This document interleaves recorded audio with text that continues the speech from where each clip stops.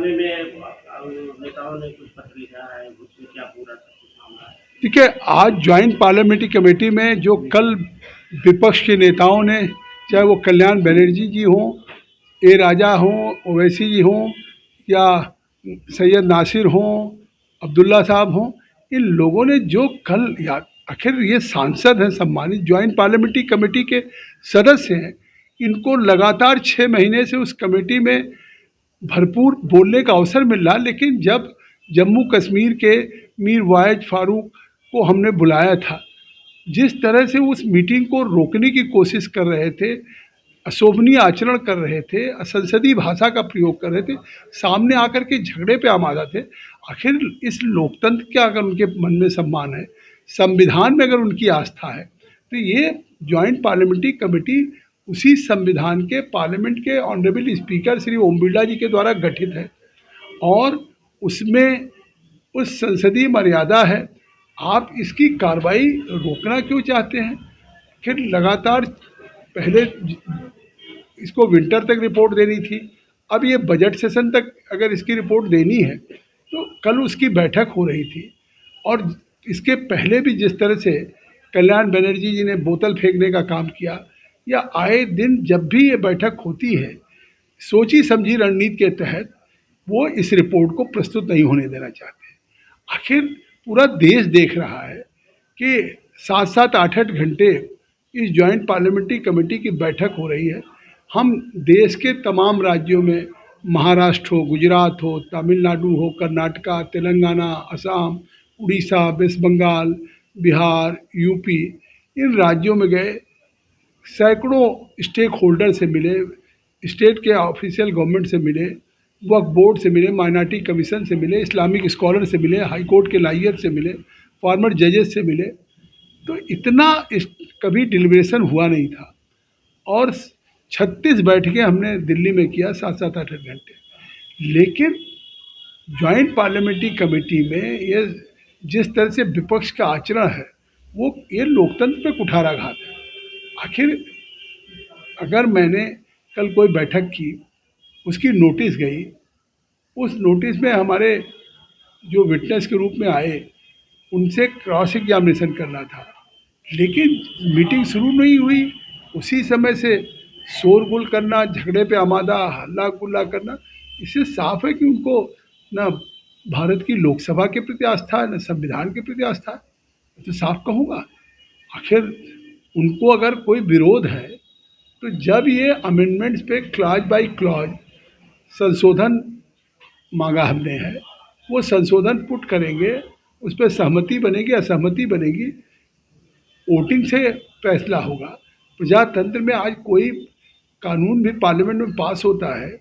तो by voting होता है, न कि मतलब आप हिंसा और कोई बल के आधार पे आप उसको कार्रवाई को रोक देंगे, कानून नहीं पास होने देंगे। अब अगर स्पीकर श्री ओम बिरला जी ने हमको एक मैंडेट दिया है कि हमको बजट सेशन में ज्वाइंट पार्लियामेंट्री कमेटी ऑन वक्फ की रिपोर्ट को प्रस्तुत करना है, तो अब कहाँ वक्त रह गया? 31 तारीख से लोकसभा शुरू होने जा रहा, इसलिए हमने बैठक बुलाई 24 को, और कल की जिस तरह बैठक में किया, अब 27 को बैठक क्लॉज बाई क्लॉज की है। मुझे लगता है कि मैंने तो आदरणीय स्पीकर साहब से भी कहा, उन्होंने भी चिट्ठी लिखी है, मैंने स्पीकर साहब से कहा कि साहब आखिर आपने हमें मैंडेट दिया, हमको रिपोर्ट देनी है, और हम नॉर्थ के भी टूर कर चुके हैं स्टेट्स का, हम ये भी नहीं कि कोई लगातार बैठकें कर रहे हैं, हम इसमें नहीं सहयोग कर रहे हैं, खुद वहाँ झगड़ा कर रहे हैं, और उसके बाद हमारे खिलाफ पत्र लिख रहे हैं। और मैंने स्पीकर साहब से कहा कि 27 तारीख को हमारी बैठक है, फिर उस बैठक में क्लॉज बाई क्लॉज होगा, आगे फिर हमको सर्कुलेट करना होगा, फिर एडॉप्शन होगा। तो ये एक प्रक्रिया है, और अगर सरकार एक बेहतरी कानून के लिए, ज्वाइंट पार्लियामेंट्री कमेटी वक्त का खुद आग्रह किया था स्पीकर साहब से कि इस पर वो चाहती तो कानून पास करा सकती थी, बहुमत था सरकार का, लेकिन नहीं, पूरे देश के लोगों के साथ चर्चा हो जाए, बेहतर सुझाव आ जाए, उसके अनुरूप फिर ये कानून पारित किया जाए। तो जब सरकार स्वयं इस पे पिछले 6 महीने से जेपीसी का आग्रह किया, और हम सभी राज्यों में जाकर के मिल रहे हैं, तो इसमें तो कोई जल्दी भी नहीं हुई। और इस कानून को पूरा सोच समझ के इसलिए लाने का सरकार प्रयास कर रही है ट्रांसपेरेंट ढंग से, कि जो वक्फ होता है देश पे, वो उस वक्फ की प्रॉपर्टी का फ़ायदा गरीब को, मुसलमान को, पसमानदा को, विधवा को, महिलाओं को, बच्चों को मिल सके। स्थिति आज क्या है? आज तो वक्फ की प्रॉपर्टी के नाम पे मुतवल्ली बेच रहे हैं, कहीं कमर्शियल प्रॉपर्टी हो रही, कहीं मिसयूज हो रहा, कहीं कोई स्कूल, यूनिवर्सिटी, मेडिकल कॉलेज तो नहीं बन रहा है।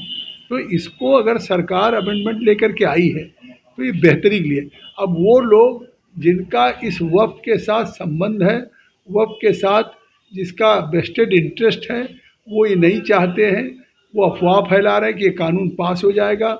तो मस्जिद चली जाएगी, कब्रगाह चला जाएगा, ईदगाह चली जाएगी, जबकि ऐसा कुछ नहीं है, ये अफवाह फैलाया जा रहा है। इसमें जाकिर नाइक तक ने अफवाह फैलाया कि आप लोग इसको डिसअप्रूव करिए, ईमेल करिए, 1 करोड़ लोग कर देंगे तो कानून नहीं बनेगा। तो इसके पीछे सोची समझी रणनीति है। लेकिन मैं समझता हूँ जैसे आर्टिकल 370 और 35A को जब प्रधानमंत्री जी ने के नेतृत्व में गृह मंत्री जी ने प्रस्ताव किया, तो उसके पहले लोग कहते थे महबूबा मुफ्ती कि खून की नदियाँ बह जाएंगी, जम्मू कश्मीर में स्थिति ऐसी हो जाएगी। आज वहाँ पे अमन है, शांति है, टूरिज्म बढ़ गया। आज वहाँ घर घर झंडे लग रहे हैं, भारत का पार्लियामेंट के पास किए हुए कानून हो रहे हैं। 3 तलाक का जब कानून आया तब भी पूरे देश में विरोध किया मौलाना ने, लेकिन उसका नतीजा क्या हुआ कि आपने देखा कि आज अल्पसंख्यक महिलाएं खुश हैं, सिक्योर हैं और उनकी ज़िंदगी सुरक्षित हुई। ऐसे ये वक्फ का भी कानून पारित होगा तो देश के आम मुसलमान, गरीब बहनों के लिए और बच्चों के लिए एक बेहतरीन कानून साबित होगा।